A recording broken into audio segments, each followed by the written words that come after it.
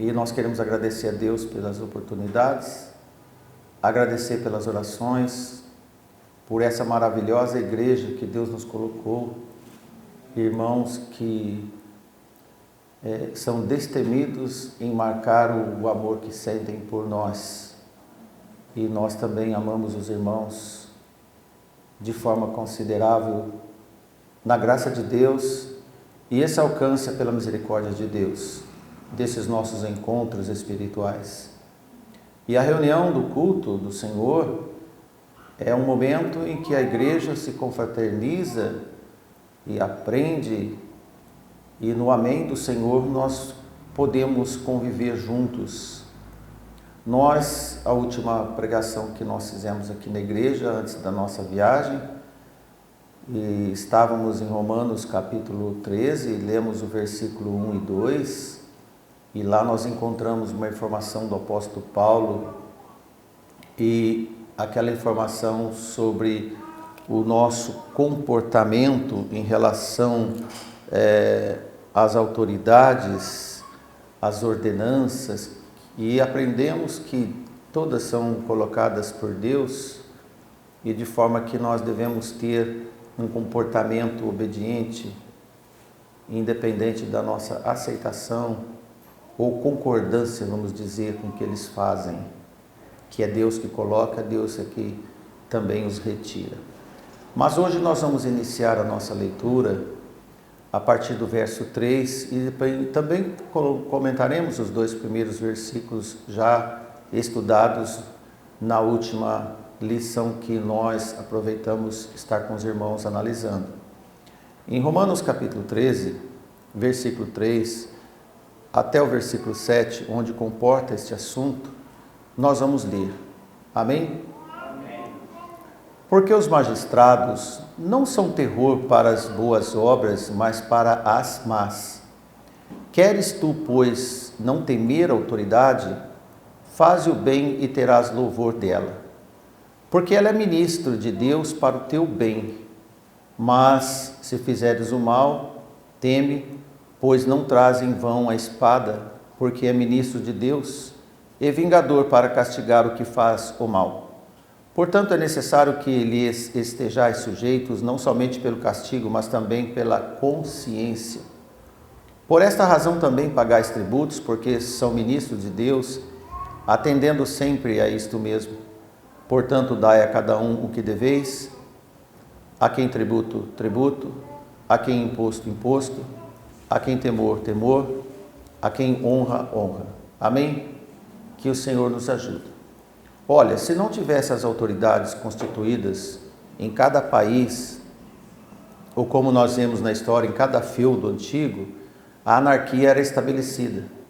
Então existem presidentes, reinos, ditadores, soberanos, todas as formas de governo. E esses homens, concordantes ou não com a palavra de Deus, eles estão lá para estabilizar a população e os reinos. De forma que Paulo diz em relação aos reinos, ora, porque os irmãos que estavam em Roma estavam debaixo do jugo de César. César era um homem abominável. Os Césares eram homens mundanos, pagãos, sem misericórdia, estavam nos seus tronos carregados de mãos de sangue, e eles mantinham o trono através de muita força física.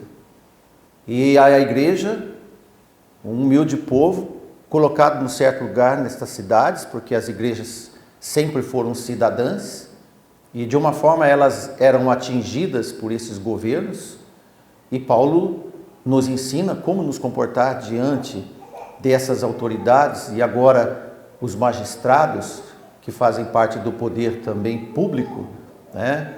O poder judiciário, podemos dizer, e agora o povo de Deus precisa ter um comportamento, o povo de Deus precisa dar um exemplo. Então Paulo escreveu para nós, para que possamos ter sobriedade e consciência de vida e comportamental nesse, nesse tempo que estamos aqui na Terra. Os 2 primeiros versículos, como nós já comentamos com os irmãos, Paulo diz que toda alma, isso é, todos irmãos da igreja, estejam sujeitos às autoridades superiores, desde um policial, desde um delegado, um promotor, um juiz, um prefeito, e é o que a palavra de Deus nos ensina. E Paulo diz, não há nenhum deles, mas nenhum sequer, que não venha pela permissão de Deus. Eles estão lá porque Deus permitiu e elas foram ordenadas por Deus. Cada um deles. E Paulo diz, por isso que qualquer irmão que resiste estas autoridades, resiste a alguém que foi ordenado por Deus. E os que resistem às ordenanças que Deus colocou, trarão para si mesmo a sua própria condenação. Vai se rebelar contra esses homens, vão pagar um preço muito alto, e nós sabemos como são as leis. Neste comportamento, nós aprendemos que a nossa natureza adâmica, ela não foi feita na descendência caída de Adão para a sujeição e para a obediência. Não é parte da nossa natureza adâmica. Por isso que encontramos uma dificuldade natural de ter resistência contra alguém que manda. Mas, agora, irmãos, no Senhor, na vida nova, partindo desse princípio, que agora a nossa característica é obediente pelo nosso Senhor Jesus Cristo, que deu o excelente exemplo de obediência, nascidos de novo, temos que mudar comportamentos. E isso implica a nossa nova vida. De forma que, no Senhor, somente no Senhor, aprendemos a preferir mais obedecer, a questionar os motivos dos eventos e dos acontecimentos, e muitos deles discordantes. Isso não diz que devemos ser pessoas acéfalas, isto é, sem cabeça, mas como alguém que não tem pensamento e ideias fundamentadas, nós temos limites. O Senhor nos ensina limites da obediência às autoridades, entre o que se pode obedecer e o que nós não devemos obedecer entre os homens. Percebemos desde o novo nascimento, quando Pedro nos ensina que mais importa obedecer a Deus do que os homens. Se um irmão lê em Romanos capítulo 13, do versículo 1 ao versículo 7, e depois lê o apóstolo Pedro em Atos 5 e 29, diante das autoridades religiosas, quando ele diz, Atos 5 e 29, e ele respondeu àqueles homens, porém respondendo Pedro e os apóstolos disseram, mais importa obedecer a Deus do que aos homens. Amém? Amém. Aqui nós vemos Pedro sinalizar para nós, em concordância com o apóstolo Paulo, sobre este limite bem definido para todos os crentes. Enquanto podemos falar e agir, pregar o nome do Senhor e dar testemunho, nada mais nos obriga a sermos desobedientes ou permite-nos a algum levante, alguma desobediência.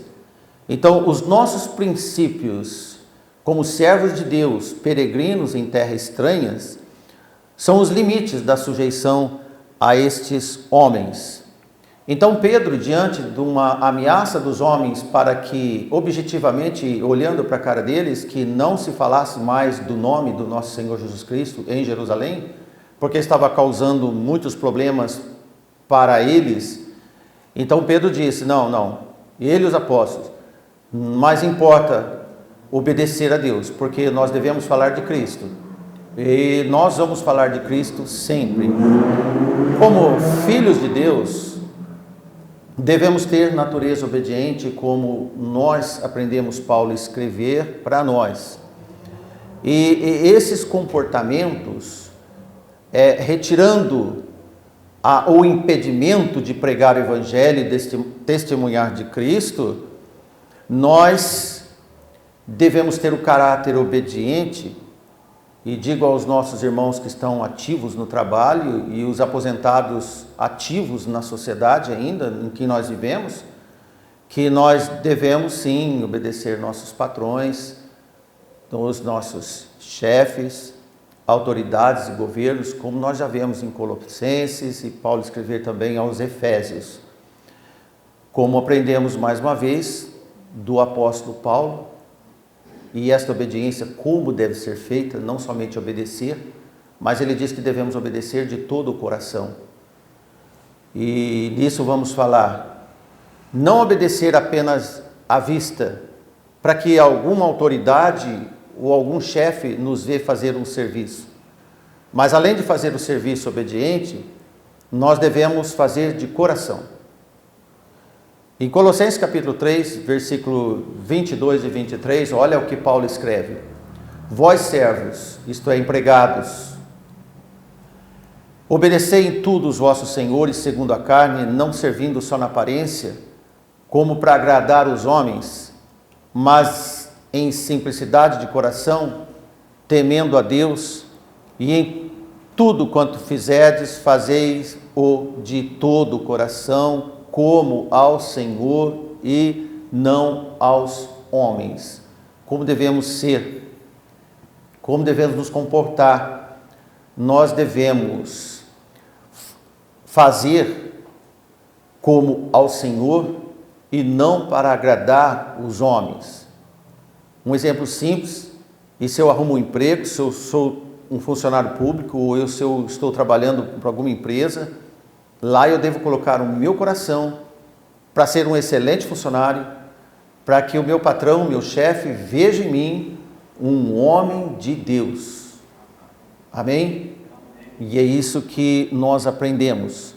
Por isso que, meu irmão, minha irmã, meu jovenzinho que vai começar a sua vida laboral, e lá na escola você deve entender que seu professor também é uma autoridade, que é o importante não apenas executar obediência nas tarefas, além disso devemos fazer de coração como ao Senhor.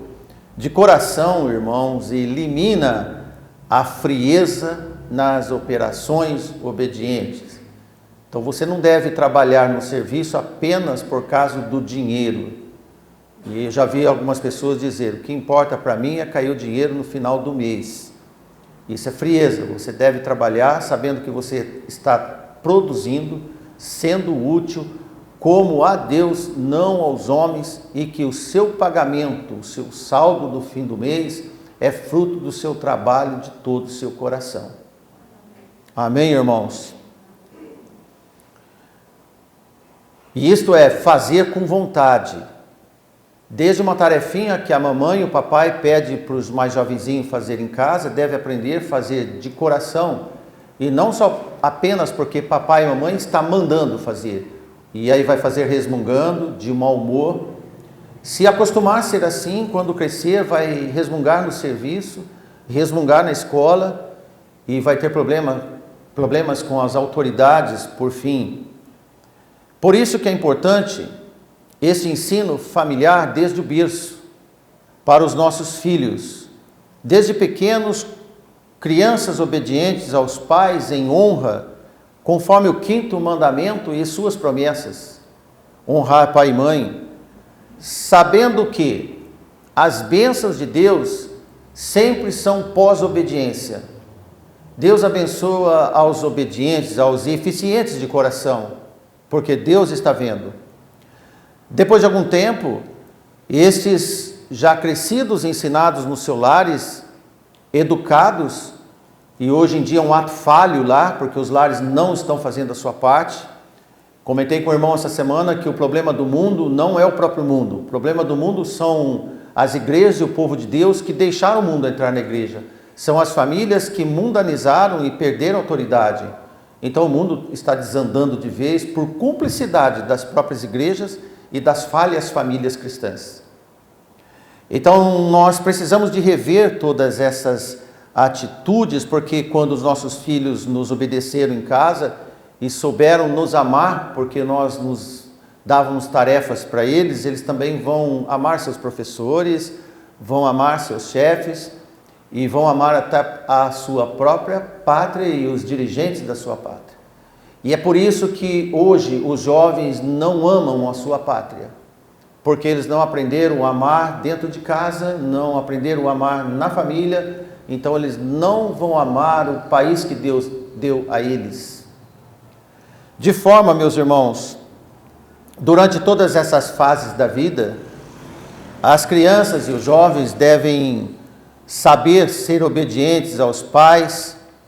As demais obediências serão consequentes, como nós já comentamos com os irmãos, e serão menos trabalhosos e saberão aplicar o coração desde meninos e meninas. Nossos filhos serão ou terão um estilo de vida em oração, buscando a Deus sempre nas orações, que Deus os ajude desde a escola, desde o primeiro emprego até o dia de aposentar.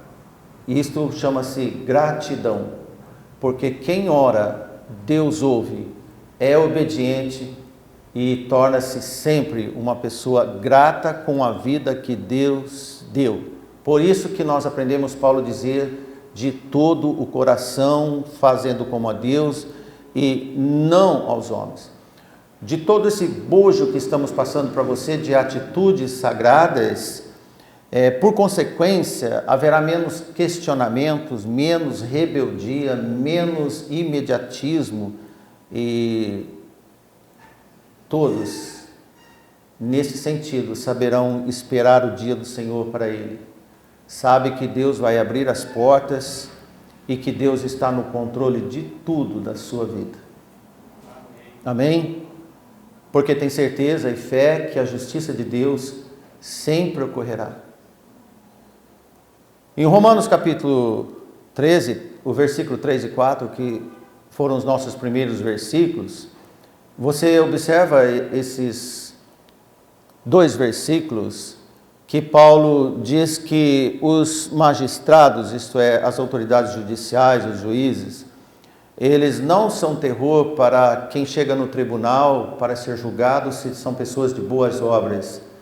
Então, eles não devem temer. Eles não são terror para quem faz boas obras, mas para aqueles que são de péssimas obras, de más obras. Então, Paulo diz, faça o bem. Faça o bem que você vai ter honra, vai ter louvor, isto é, elogio deles. Eles vão compreender que você não faz mal à sociedade que você vive. E Paulo diz, eles são enviados de Deus, ministro, Deus colocou eles ali naquele lugar para o bem daqueles que fazem o bem. Veja que Paulo é bem curto e direto nestas colocações. A verdade é que as autoridades devem inspirar terror, não a quem pratica o bem, e sim para quem pratica o mal. Se você, meu irmão, não quer ter o que temer das autoridades, faça o bem e terá a honra deles, como Paulo escreveu. Em 1 Pedro, capítulo 3, versículo 12 e 13, mais dois versículos. Porque os olhos do Senhor estão sobre os justos. Amém? Tem as autoridades que Deus coloca, e os olhos do Senhor estão sobre os justos, que estão debaixo da autoridade desses magistrados. Então, enquanto tem os juízes, as autoridades, os homens que governam o mundo, os países, Deus está olhando para os seus justos. Você compreende como que essa hierarquia constituída por Deus e a proteção que ao mesmo tempo Ele dá Leamos novamente: porque os olhos do Senhor estão sobre os justos e os seus ouvidos atentos às suas orações, mas o rosto do Senhor é contra os que fazem o mal. Então, quem faz o mal cai na mão dos juízes, que muitas vezes são impiedosos. E ele não traz a espada a troco de nada. E não para os justos. Você consegue compreender Paulo e Pedro nesses trocadilhos orientadores para que nós aprendamos como nos comportar e o que Deus está fazendo? E nós devemos notar e saber que Deus está atuando nas nossas vidas. E por isso que nós vemos Pedro escrever no versículo 13: e qual é aquele que vos fará o mal, se fordes seguidores do bem? Quem é que vai fazer o mal? Qual autoridade vai nos fazer mal, se nós somos seguidores do bem? Alguém pode dizer: ah, mas tem muita gente boa que sofre injustiça. Espere um pouco que nós vamos ver. Todos os decretos e todas as ações de Deus, de alguma maneira, estão vinculados aos benefícios dos homens. Isso você tem que ter certeza. Na maioria das vezes não entendemos, porque nós enxergamos e queremos enxergar as coisas com os nossos olhos e com a nossa razão. E de conformidade com a palavra bíblica, o governo humano estabelecido por Deus, sempre deve haver benefícios aos justos, aos filhos de Deus. No caso do nosso texto, os juízes, ou como ministros de Deus, por quanto à sua própria maneira e dentro da sua própria área de atuação desses homens, na verdade nós aprendemos que lá eles estão porque Deus permite e são instrumentos de Deus. Ainda que haja juízes e autoridades injustas. Ora, sendo as autoridades instrumentos nas mãos do Senhor, e sendo Deus princípio da bondade, é evidente que os governos e os magistrados devem agir na limitação do alcance permitido por Deus.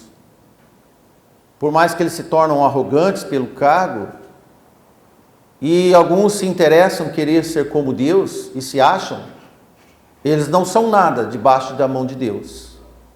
Mas os justos, pela proteção de Deus, são maiores que eles, porque são de interesses de Deus. Embora Deus coloque os juízes e os magistrados, os justos são de interesse de Deus. Os interessados de Deus são aqueles que são justos.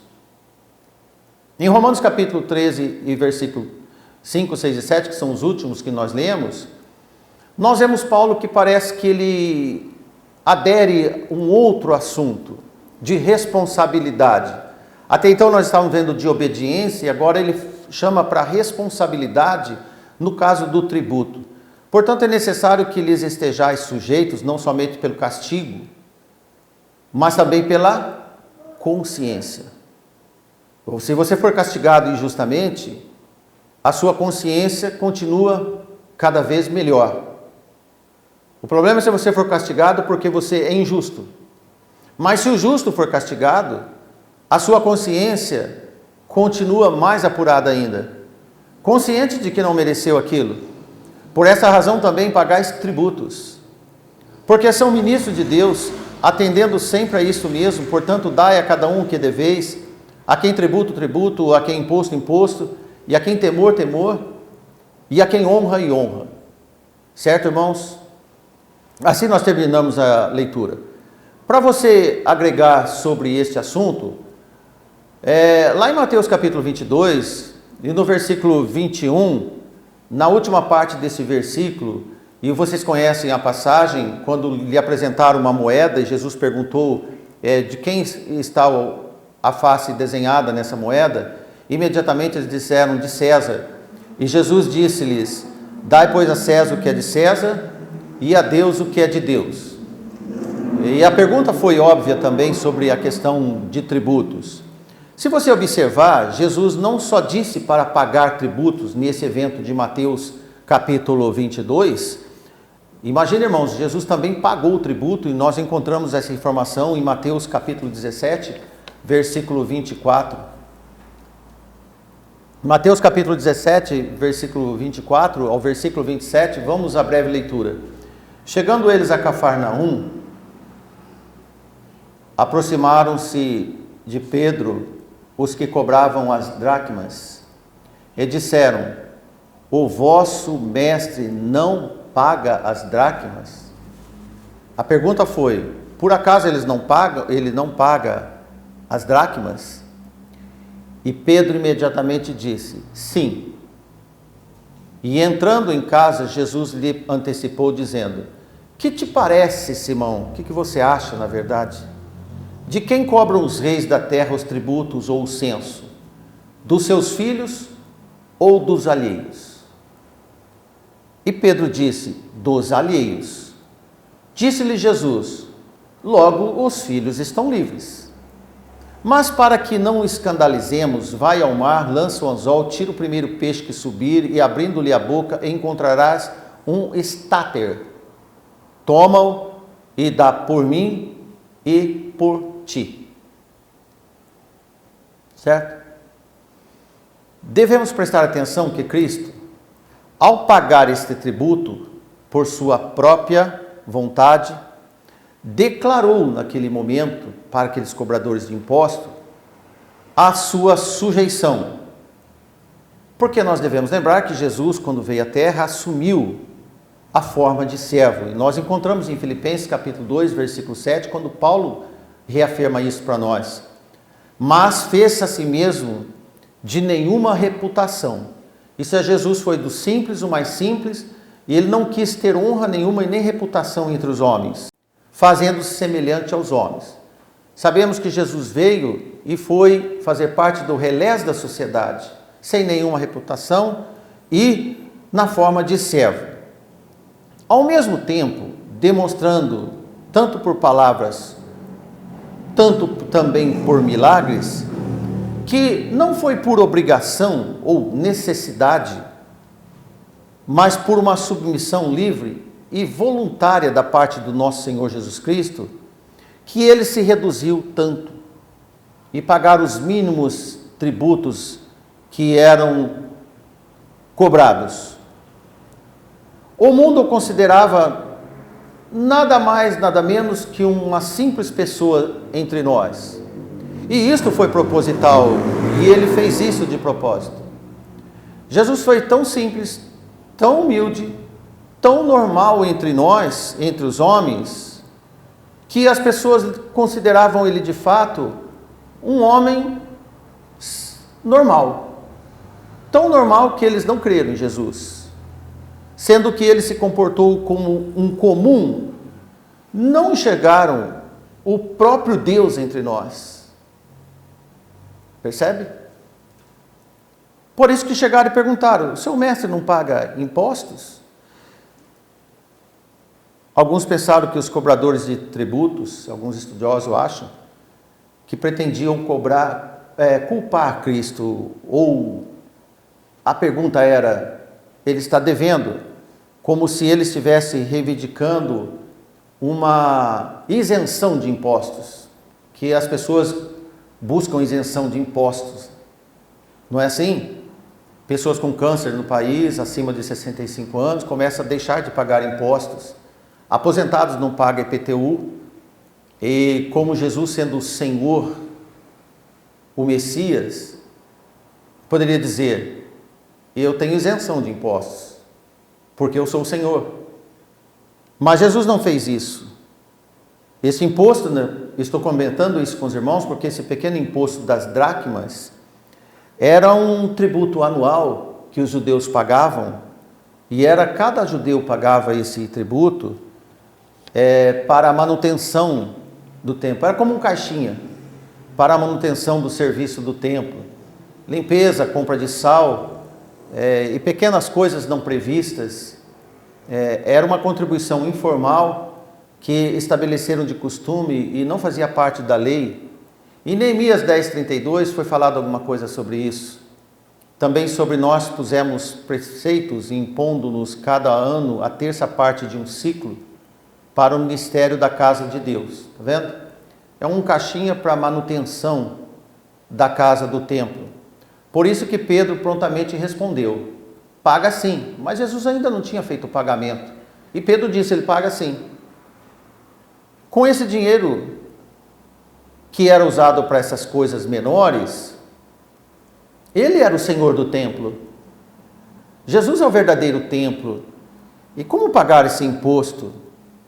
Já na verdade, Jesus não era obrigado a pagar esse imposto.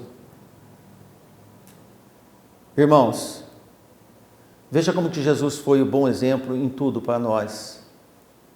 Isso era para deixar a consciência dos homens, sem nenhum motivo, para acusar aquele que nem precisava pagar impostos.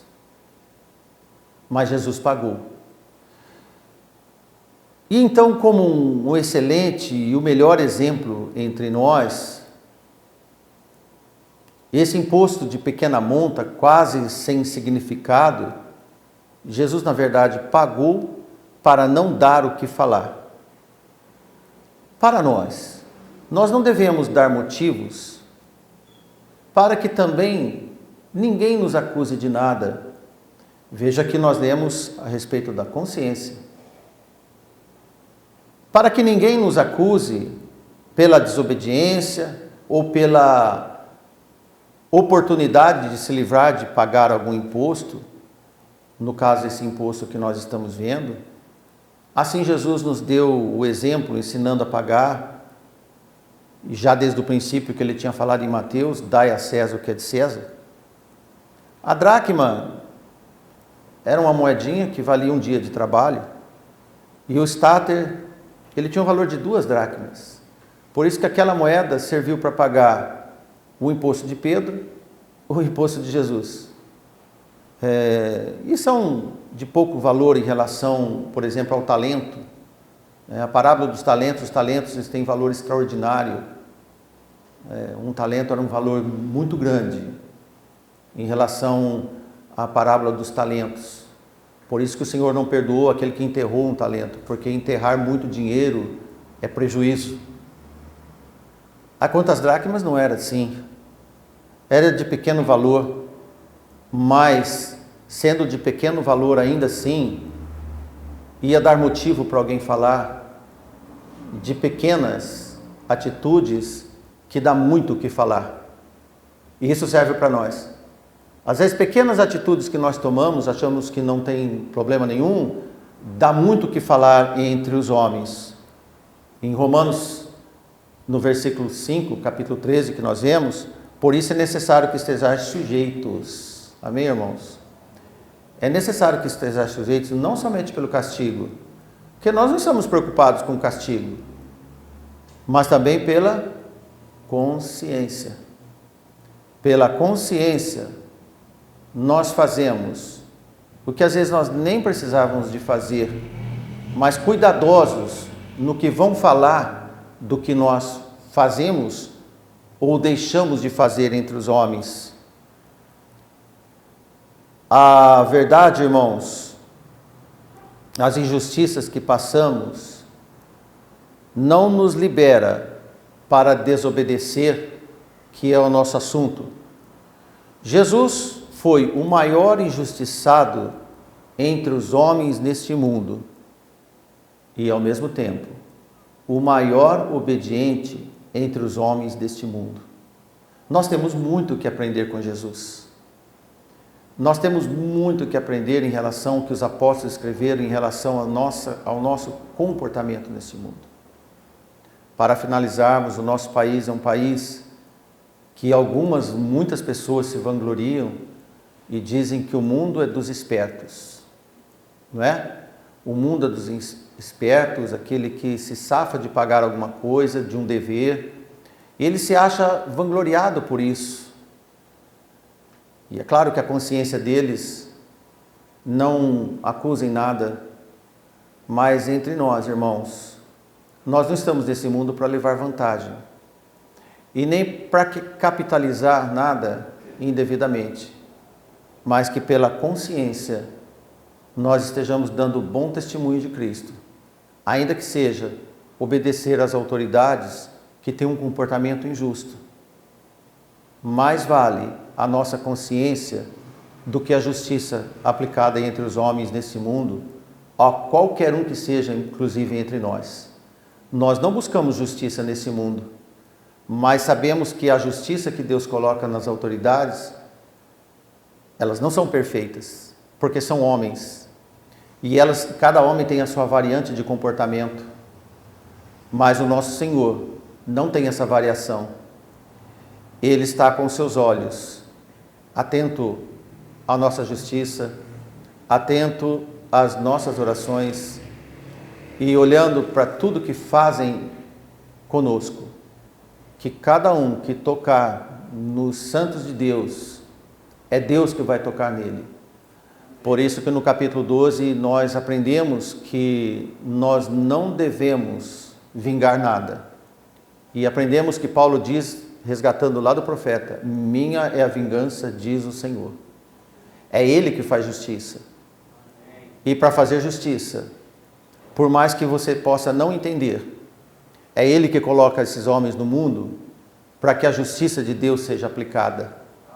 E quando Jesus voltar, todas as injustiças serão sanadas, serão zeradas, e aplicar-se-á a justiça eterna, que faz parte do reino eterno. Amém. Nesse sentido, Paulo quis ensinar para a igreja, não se preocupe, meus irmãos, com o que César está fazendo, mas se preocupe sim, na consciência, o que Deus está fazendo em vocês. Amém. Nós estamos num tempo que as pessoas estão numa efervescência mundial a respeito de política, de esquerda, direita, e as pessoas estão saindo da vida espiritual e entrando num comportamento à flor da pele. Na verdade, nós devemos voltar ao Senhor, porque qualquer tipo de governo que estiver, que se achar que pode fazer, ninguém faz nada se o Senhor não permitir. Amém. E os filhos de Deus, ainda que sofram a espada, que sofram a injustiça, Deus é justo para fazer de nós, para ouvir-nos e nos acudir na hora certa. Amém. E dar uma vida de gozo, de alegria, de paz e de equilíbrio e de esperança nessa terra tão tumultuada que nós encontramos. Passe isso para os seus filhos na sua casa, se ele estiver muito tumultuado, muito preocupado com a vida. Diga a ele que ele tem que, na verdade, se preocupar com a sua salvação, porque quem cuida de nós é o Senhor. Amém? Amém? Lembra-se, nenhum fio de cabelo cai sem que Deus permita. Não vai ser qualquer autoridade que vai fazer qualquer coisa em nós, se Deus também não permitir. Amém? Deus abençoe. Deus nos ajude. Amém.